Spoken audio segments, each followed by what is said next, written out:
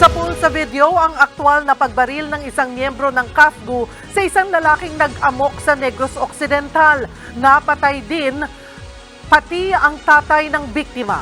Hit ng suspect, self-defense daw ang ginawa niya. Pero hindi naman yan bumenta kay dating PNP chief at ngayon ay Senador Ronald Bato de la Rosa. Nasa frontline ng balitang yan si Gary De Leon. Hapon nitong Martes nang dumating ang isang miyembro ng Citizen Armed Force Geographical Unit o CAFGU sa Moises Padilla, Negros Occidental. Gumuresponde siya noon sa reklamo na may nagwawala raw sa barangay Montilla. Dinatan niya ang nag-aamok umano na si alias John Albert. Tila kinakausap niya ito nang bigla itong naglabas ng bolo. Akmang sasaksakin ni John Albert ang CAFGU member. Pero bago pa man makalapit, pinagbabaril siya ng CAFGU member. Lumapit naman ang ama ni John Albert na si alias Godofredo.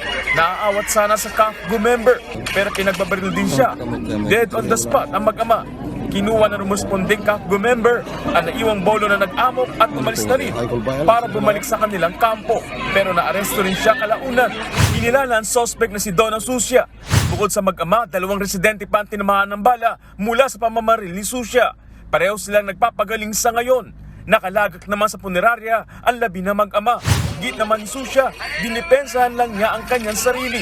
Patuloy pa rin yung sa akin, hahabol. Tapos po ako nagpatras.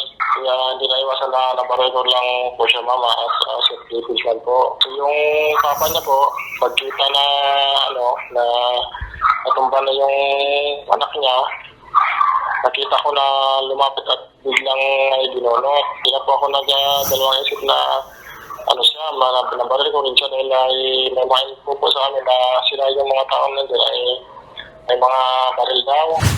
Inihahanda na reklamong murder laban sa suspect.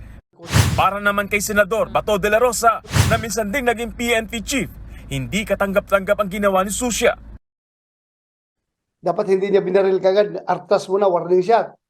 Pero as I have said, nasa sitwasyon siya call na niya yung. Ang hindi niya ma-justify doon, yung pagbaril niya doon sa tatay, na lumapit lang yung tatay, wala namang threat na, wala namang dalang kutsilyo ang tatay, di ba?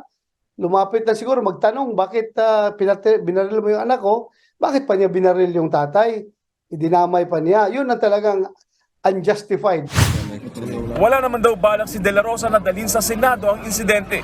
Pero kakausapin at tatanungin daw ng Senador ang grupo ng Philippine Army na may hawak sa training ng CAFGU. Nagbabalita mula sa frontline, Gary De Leon, News 5. Mga kapatid, Cheryl Cosim po. Iba na ang may alam at may pakialam sa panahon ngayon.